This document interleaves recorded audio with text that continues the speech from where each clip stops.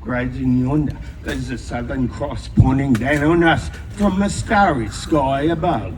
I'm so proud to say that I can stay in this land that I love. I'm so proud to say that I can stay in this country that I love. We must teach our kids from an early age to be proud of Australia. Show them right from wrong so they will know success, not failure. Whether black or white, we must all unite and try to understand.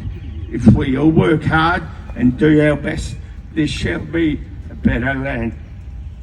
We must always keep this land free from war, because fighting gets us nowhere. This world would be a better place if we could all love and share. There's a place for all, whether big or small, no matter where you roam. But Australia, this land down under, and that's a place I call home. Yes. The Gibb River Road is well travelled in this day, but in years gone by you went a different way. The jump up too steep for those cars of the past, and the engineering required an impossible task. So you meandered along through old Mount Broom Valley, the distance in total a nearly 60-mile tally. Turn left for a lap through Big Mount Ord Gap, then headed at a northerly tack on the picturesque track. Bill Driscoll's main transport was a Dodge Fargo truck. Very reliable, and up until now he'd never been stuck. He was taking Jack Johnston to a job at Mount House, and their travelling companion was Jack Johnston's spouse. The Fargo hit a rock near the old Mount Broom yard. No protection for the sump in the form of the guard. The sump plug dislodged and all the lubricant lost. Now stranded on a road few cars ever crossed. So they pulled up for the night to consider their plight and evolved a solution that was quite a delight. The rum they were drinking fairly helped with their thinking, so the size of the problem was rapidly shrinking. In the morning they spied a big cow on the flat. They shot her quite dead and removed all the fat, rendered it down in a drum on the fire, the hot amber oil then strained through fly wire. With cheeky grins on their face, the oil poured into place, and they roared off in the truck at a pace. Though the two-wheel track made the travelling quite slow, they only covered 20 miles every hour or so. If the motor cooled down, the oil turned to fat, and the engine wouldn't run well on that. So with night time approaching, they'd stop for a camp, and using two boards run the car up a ramp, drain the oil from the sump with the engine still hot, which was kept overnight in a black metal pot, boiled next morning from the campire's heat, and poured into the engine, the process complete. 2 days of hard travelling to get to the station, their feeling on arrival was relief and elation. They say Bill Skewthorpe bought that old Fargo, and 20 years later, she was still carting cargo. When a man takes a wife, and the family fortunes are thriving, when he reckons he's set, it's a pretty safe bet she'll bring up the subject of driving. It's a bother, she'll say, that when you work away, I'm stuck with the cooking and mopping. When there's bargains in town, I feel badly let down, because I can't take the car to go shopping. So, of course, he'll agree. She'll be apples, says he. I'll show you the ropes in the morning. He's still very green, and he hasn't foreseen that little red beacon of warning. So, yeah, early next day they're up and away before the old rooster stops crowing. A full frontal attack with the kids in the back, and they haven't a clue where they're going. Dad's patient and calm. Well, this'll do us no harm. But the kids are a little bit smarter, bewildered and glum as they witness their mum hit the headlights instead of the starter. The wipers are next, though it's not in the text. Then the horn and the left indicator. But at last they're away, lurching into the fray like a moon buggy leaping a crater. Now Dad's turning pale as the brakes seem to fail, and the steering's gone wild and erratic. He's losing his touch, so he yells, "Hit the clutch!" but she thought it was all automatic. It's a little too late as they clipped the front gate, and they didn't need Dad to remind them, with the rear bumper down throwing sparks off the ground and the letterbox trailing behind them.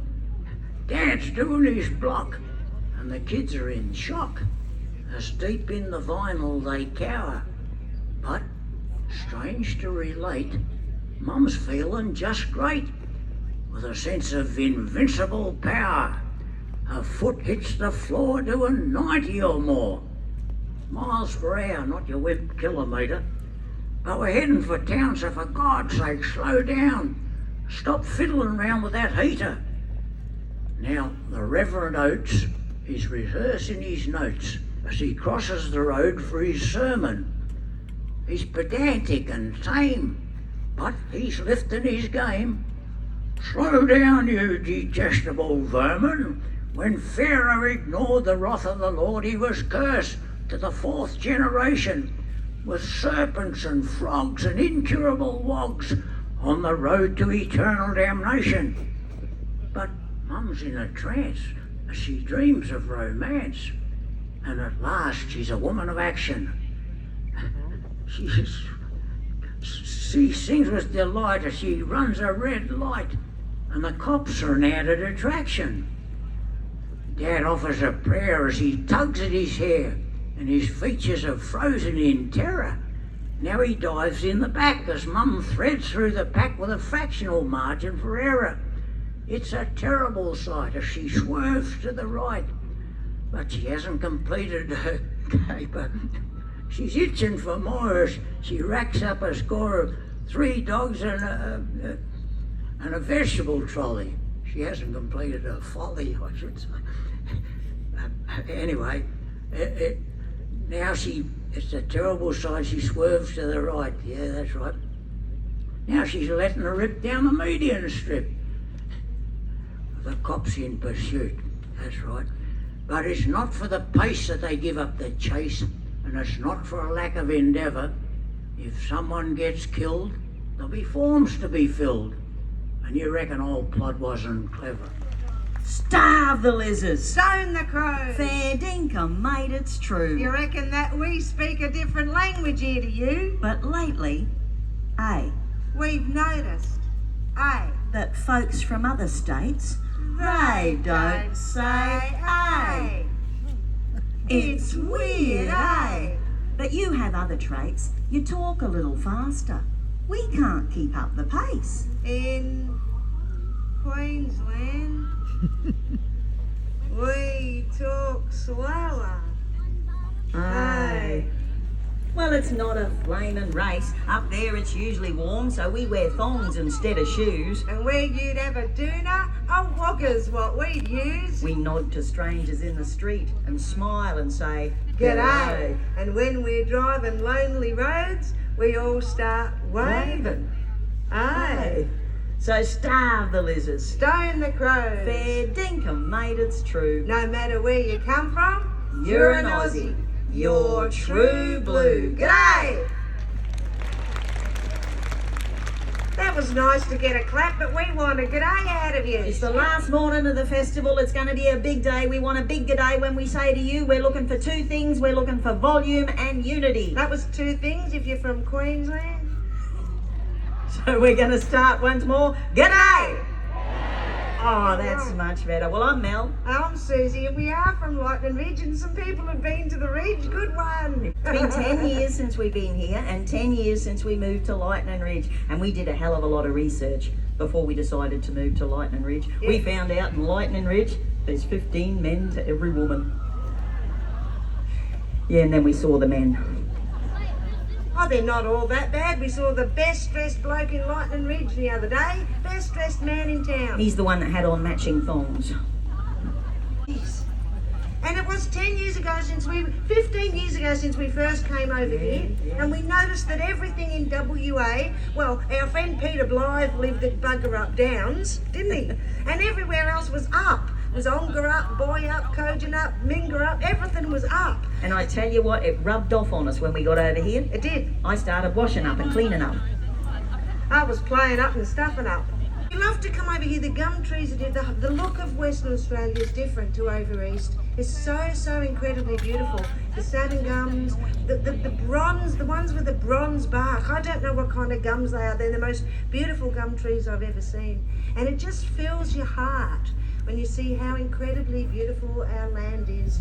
We travelled for a long time doing concerts and schools visits, and just really, heart just swells when you see how beautiful our nation is. We've been to New Zealand on tour twice, and we've been to the Edinburgh Fringe Festival. Yeah, we went yes, over I've to heard of that, Scotland. hey? I was so excited. For me, I'm a 5th generation North Queenslander. For Susie, she was going home. She was born in Scotland, and we were over there. And I said, look, it's such a little place. I'll never forgive myself while we're here if we don't go over that little 21 mile of water and have a bit of a look around Europe. But I was really worried about travelling through all those foreign countries. 5th generation Queenslander, I only speak English. I didn't know. 5th generation Queenslander. English is a bit of a stretch, isn't it? Anyway, Susie had a really good idea. Before we left Australia, she said she was going to learn one phrase in the language of every country we planned to visit, which I thought was beautiful. Oh, don't you think it's nice if you go into someone's place just to be able to say one thing in their language? Just one. Anyway, I thought it was a good idea. Don't know why you brought that up. But anyway. Well, you learned it in French and you learned it in... Yeah, I did. French, German, Spanish, Portuguese, Dutch, Finnish, Danish. I learnt my little phrase in every European language. Tell everybody the phrase you learnt. The phrase I selected was, "My friend will pay." Doesn't that work well? Took me 2 weeks to work out why I kept getting stuck with the bill. Anyway, when you're in a foreign country, the best thing to do is just smile and nod. Get you around the world a smile and a Get nod. you into an awful lot of trouble, smile and nod. Anyway, we were on a train. We wanted to go through France. We wanted to go through Belgium. We thought we'd have a bit of a look at Amsterdam. And we got on the train and you went and bought the ticket. It wasn't my fault. It was. It wasn't. It was. We sat ourselves down. The conductor came along. A little French fella come up, he said, ho, ho, ho, ho. He says, onze les plongs, les pling, plong, pling, tongs, et les blancs, et les dings, et les affel, croissant, bon, bon, bon, bon. Oh. That's what he said. And we went, And he took the ticket, didn't he? He did. he did. And the train started. The French countryside was just whizzing past the window. It was absolutely beautiful. For about 10 minutes. Until a lady behind us leant over and she tapped us on the shoulder. She said, "Hello," and we said, G'day. She said, "Do you speak French?" And we said, "No, we're from Queensland." She said, "It's just that you did not look at all surprised when he explained you were on the wrong train." So when we got to Spain, we hired a car. I started on a journey a year ago sometime to a little town called Morro on a Queensland country line. Now, I'd never been much of a traveller and I really didn't know that Morro is the hardest place that you can try to go. I went down to the station to get my ticket there for the next train to Morro.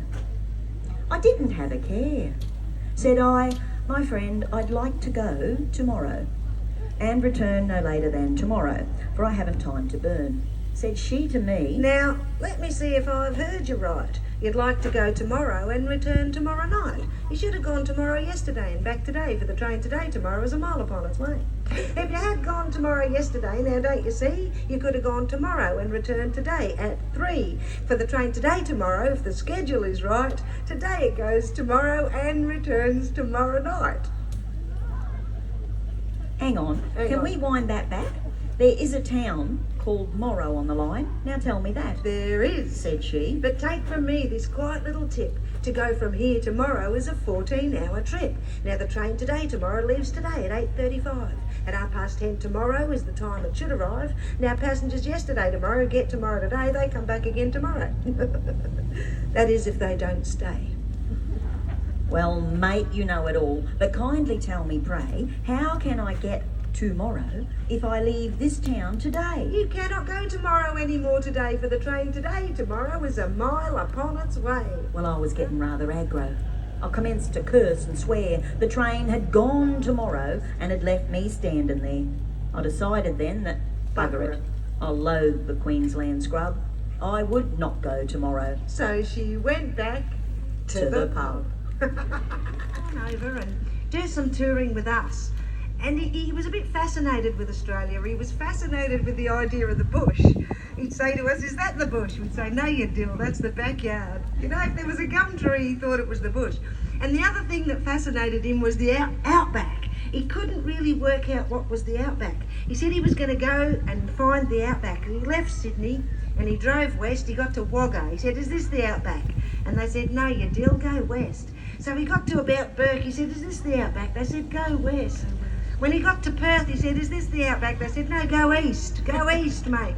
And it prompted him to write a little song about the Australian outback. Now, I know you're all sitting out there and you're watching us up here and you're thinking, gee, it'd be fun to be involved. So we are going to use your two favourite words, audience participation. Good one. The chorus goes like this. I'm going back out to the outback, to the back blocks back in the outback, down a dusty track in my flat brimmed hat, to my shack back out in the out.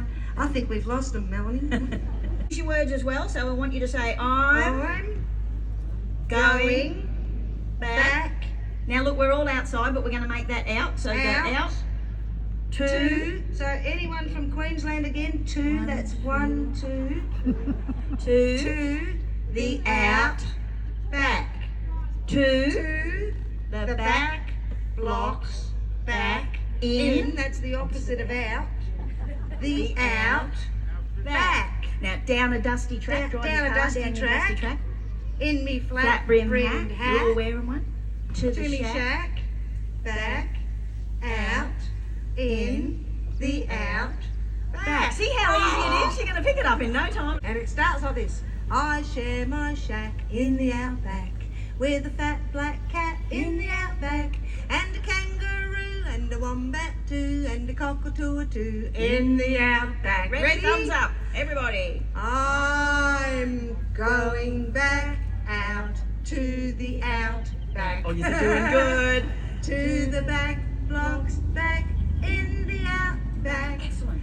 Down a dusty track in my flat brimmed hat, to my shack back out in the outback. Oh, you did so good. I tell you what, your actions are excellent, but your singing is absolutely dreadful. Not a note did we hear. So, one hot July in the outback, all my tanks ran dry in the outback, 'cause the tank on the bank at the back of the shack sprang a leak by the creek in the outback. Ready? Right? I'm going back out to the outback. Excellent. To the back blocks back in the outback, down a dusty track in my flat brimmed hat, to my shack back out in the outback. Oh, you're so good. Set They that are one up good, the except that bloke up there's doing the YMCA. bloke. My Uncle Jack drives a Mack truck, a big flatbed red and black truck, and he goes flat chat when he hits the slats on the tarmac back in the outback. Ready? I'm going back out to the outback, to the back blocks back in the outback, down a dusty track in my flat brimmed hat, to my shack back out in the outback. Oh, you're so good. Now Jack got wind of my bad luck, showed up at the shack in the Mack truck, with a rattle and a clank. I had a brand new tank, and I said, "Jack, thanks," in the outback. Ready? I'm going back out to the outback, to the back blocks back in the outback, down a dusty track in my black brimmed hat, to my shack back out in the outback. Oh, you're so great.